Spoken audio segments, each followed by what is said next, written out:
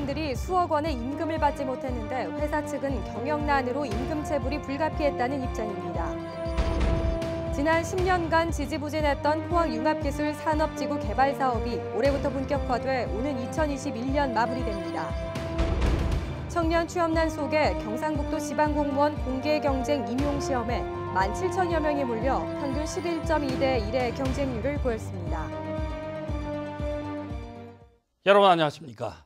이 포항의 유명 쇼핑몰에서 관리 업무를 맡은 직원들이 고용계약이 해지되고 임금도 제때 받지 못한 것으로 드러났습니다.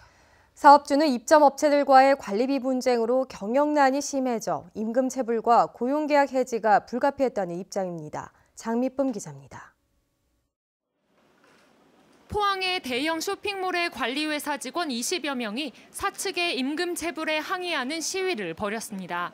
청소와 방제, 보안 업무 등 쇼핑몰 시설 관리를 전담해온 직원들인데 밀린 임금만 수억 원에 달한다고 주장했습니다. 그동안에 4개월 반이라는 시간 동안에 월급 한 푼 못 받고 이렇게 일은 주가라 했는데 지금 나가라고 하는 마당입니다. 생활고가 어려워서 말도 못하고. 임금을 제때 받지 못한 것도 억울한데 직원들은 사측으로부터 지난 15일 고용계약을 해지당했다고 주장합니다.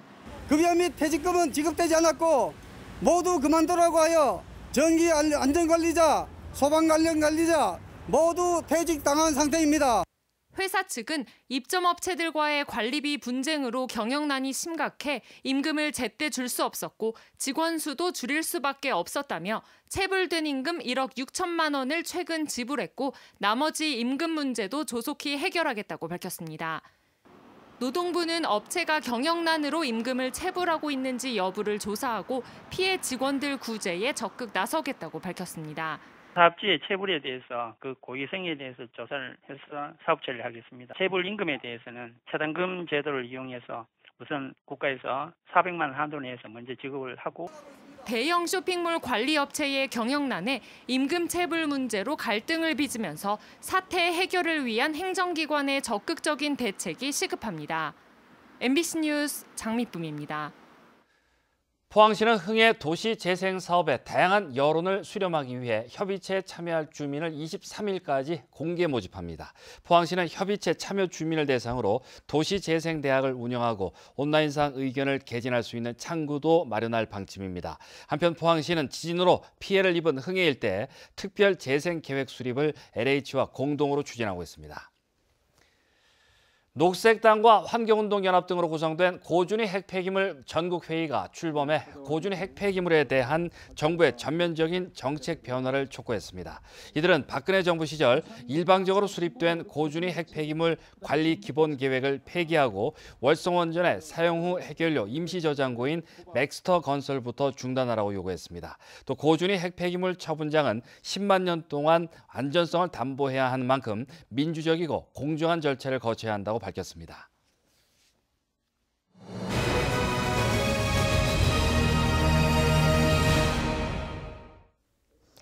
지금껏 경북 지역 도의원 선거는 보수 후보의 일방적인 승리로 싱겁게 끝나는 경우가 많았는데요. 이번에 경주에서는 선거구 두 곳에서 여야 후보가 맞대결을 펼칩니다. 동네 일꾼 제대로 뽑읍시다 연속기획. 이번엔 여야가 자존심 대결에 나선 경주 지역 도의원 1선거구와 4선거구를 살펴봅니다. 이규설 기자입니다. 경주의 대표적인 주거지인 황성현곡 성건 중부 황호동이 경북도의원 경주 제1선거구입니다. 더불어민주당 김동선 후보는 동국대 경주 캠퍼스 총학생회장 출신으로 지난 대선 때 민주당 경주시 선거상황실장을 맡았습니다. 김 후보는 동해선이 통과하는 경주를 역사, 문화, 관광의 거점으로 육성하고 경주 역사부지에 행정복합타운과 시민광장을 조성하겠다고 밝혔습니다. 도정 속에서 지금 경주시에 무엇이 필요한가, 민원이 어떤 것인가를 정확히 파악하고 그것을 도에 가서 예산 따고 하는 그런 모습을 적나라하게 보여드리고 싶습니다. 자유한국당 배진석 후보는 10대 경북도의회 의원을 지냈으며 도의회 원자력안전특별위원회 위원 등을 역임했습니다. 배 후보는 도의원 재선에 성공하면 출산 지원 정책을 강화하고 특히 경북 지역 기업에 대한 지원을 획기적으로 늘려 양질의 일자리 창출에 집중하겠다는 포부를 밝혔습니다. 재선이 되면 꼭 인구 증가에 저출산 고령화 대책에 최선을 다해보고자 합니다. 그래서 내수도 살리고. 경주시 제4선거구는 도시와 농촌이 어우러진 선도, 황남, 월성, 건천, 서면, 산내, 내남 지역입니다. 더불어민주당 김상현 후보는 증권회사의 투자상담사 출신으로 시집을 8권이나 내인 시인이기도 합니다.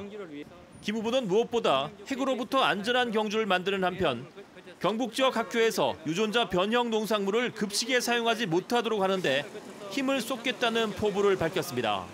지금 월성 원전에는 원자폭탄 4,500기를 만들 수 있는 플루토늄이 보관되어 있습니다.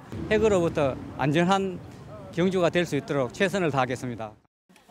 삼선 경주시의원이자 시의회 의장을 역임한 자유한국당 박승직 후보는 이번에는 도의원에 도전합니다.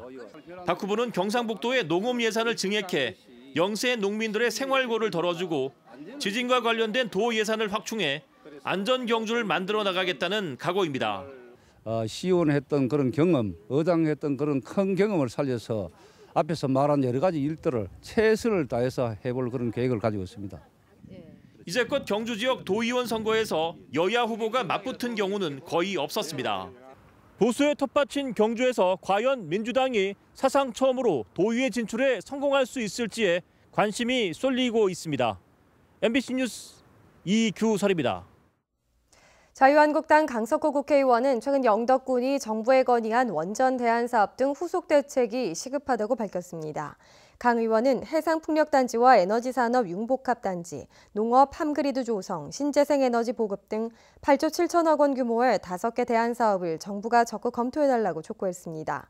또 원전 건설 백지화에 따른 380억 원의 특별지원금 회수 논의도 중단할 것을 요구했습니다.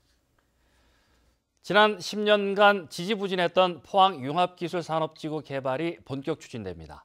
오는 2021년까지 사업이 마무리되면 포항 경제의 새로운 돌파구가 될 수 있을지 기대를 모으고 있습니다. 임재욱 기자가 보도합니다. 지난 2008년 포항융합기술산업지구 개발이 확정된 포항경제자유구역입니다. 그동안 사업자 변경과 자금난 등으로 사업이 지지부진했고 최근에 자금을 확보하면서 사업 추진에 탄력을 받게 됐습니다. 5월 11일 날 금융약정을 체결을 하고 저희가 14일 날 자금 2천억을 대출을 받아서 지금 토지 보상을 실시하고 있는 중에 있습니다. 원활한 사업 추진을 위해 대구 경북 경제자유구역청과 포항시 등은 협약을 맺고 본격적인 업무 지원에 들어갔습니다. 포항융합기술산업지구에는 부품 소재와 바이오 등 R&D 산업이 들어서고 경상북도 환동해 지역본부 등 공공시설도 이전됩니다. 토지 보상이 마무리되면 오는 9월쯤 착공해 오는 2021년 상반기에 융합산업지구가 완공될 것으로 보입니다. 해외 기업 유치를 할 때 그린 신소재, 바이오, 그리고 첨단 산업, 신성장 동력 사업 중심으로 저희들이 유치를 해서 앞으로 포항이 한 단계 업그레이드되는. 포항시는 투자기업 세제 지원과 함께 외국인 전용 임대용지 마련과 외국 교육기관 설립 등을 추진합니다. 10년 만에 추진되는 포항융합기술산업지구 개발이 그동안 침체를 겪고 있던 포항 지역 경제 활성화에 어느 정도 도움이 될지 기대를 모으고 있습니다. MBC 뉴스 임재욱입니다. 포항시와 KT는 정보통신기술을 활용한 미세먼지 통합 환경관리 시스템을 운영한다고 밝혔습니다. 이를 위해 포항 지역 어린이집과 노인복지회관 등 10곳에 미세먼지 측정기를 신설하고 기존 12개 대기 측정망과 통합 관리해 미세먼지 정보를 실시간으로 시민들에게 제공할 방침입니다. 농업과 농촌을 유지할 젊은 농업인이 갈수록 줄어 심각한 상황인데요. 그래서 올해부터 청년 농업인에게 월급 형태로 생활자금을 주는 제도가 도입됐습니다. 이른바 청년 농업인 영농정착 지원 사업이 경북에서도 본격적으로 시작됐습니다. 이정희 기자입니다. 허리춤 높이로 딸기를 수경 재배하는 20대 청년 농업인 손진수 씨. 대전에서 연구원으로 일하다 먼저 귀농한 부모님을 따라 농촌에 정착한 새내기 농부입니다. 독립경영 1년 차지만 어린이 체험농장 같은 마케팅과 홍보는 전문 농업인 못지않습니다. 몸과 마음이 너무 지쳤었고요. 직장 생활하는 것보다는 이제 제 시간 이거는 제가 하는 만큼 작물들이 알아주고 이제 소비자들이 알아준다고. 곤충 농장을 운영 중인 1년 차 또 다른 새내기 농업인 김윤하 씨. 곤충 산업의 가능성을 보고 늦은 나이에 농업에 뛰어들었지만 현실적인 어려움 때문에 포기를 결심한 게 한두 번이 아니었습니다. 할 수 있어요. 잘했었고 뭐 작물이라든지 뭐 곤충이라든지 정말 잘했었는데 고정적인 수입이 없다 보니까 그 부분이 제일 힘들었어요. 올해 처음 시행되는 청년 농업인 영농 정착 지원 사업은 젊은 농업인 유입을 위해 월급처럼 연차에 따라 매달 80에서 100만 원씩 3년간 생활 안정 자금을 지급하는 제도입니다. 경북에서 사업 대상자로 선정된 청년 농업인은 192명, 전체 16%로 전국에서 가장 많습니다. 경상북도는 생활 자금을 쓸 수 있는 바우처 카드 전달식을 하고 본격적인 시행에 들어갔습니다. 전국적으로 사업 대상자를 현재 1,200명에서 400명 더 추가하는 추경 예산이 국회에 제출된 상태입니다. 4개 마을에 40세 미만 농업인이 1명 있는 거예요. 이건 말이 안 되죠. 모든 농업 정책에서 청년 농업인 양성 정책을 최우선으로 해야 할. 앞으로는 청년 농업인을 늘리는 데 그치지 않고 지금의 창농 중심에서 청년이 농촌에 정착하는 쪽으로 지원 방향을 확대해야 한다는 목소리가 나오고 있습니다. MBC 뉴스 이정희입니다. 경상북도 지방공무원 공개경쟁 임용시험에 17,000여 명이 응시해 평균 11.2대 1의 경쟁률을 보였습니다. 모집 인원은 21개 직렬에 1,574명으로 8급 간호와 보건진료직을 제외하고 모두 9급이며 안전과 환경복지와 같은 도민생활과 밀접한 분야의 인원을 늘렸습니다. 동북지방통계청이 발표한 4월 고용 동향을 보면 경북 고용률은 62.1%로 지난해보다 0.3% 하락했고 취업자 수도 143만여 명으로 전년 대비 7천여 명 줄어 5개월 연속 감소세를 기록했습니다. 대구 고용률도 58.1%로 지난해 같은 달보다 1.2%포인트 줄었고 취업자는 같은 기간보다 2만 4천 명 줄었습니다. 오늘 포항이 낮 최고 기온 32.3도로 전국 최고 기온을 기록했습니다. 무더운 날씨는 내일 비가 내리면서 한풀 꺾이겠습니다. 안수진 기상캐스터입니다. 어제 밤사이 포항에서 올 들어 첫 열대야가 발생했습니다. 오늘도 낮 최고 기온 32.3도로 전국 최고를 기록하면서 무더운 날씨가 이어졌는데요. 내일은 이 더위를 식혀줄 비가 한 차례 내리겠습니다. 예상 강수량은 경북 동해안 지역과 울릉도 독도에 10에서 40mm로 그 양도 제법 되겠습니다. 비가 내리면서 기온은 뚝 떨어지겠습니다. 낮 기온 15도에서 23도로 오늘보다 최고 13도가량 낮겠습니다. 거기다가 바람까지 강하게 불겠는데요. 현재 우리 지역에는 강풍 예비특보가 발표가 됐습니다. 강한 바람에 피해 없도록 주의하시기 바랍니다. 자세한 내일 날씨 알아보겠습니다.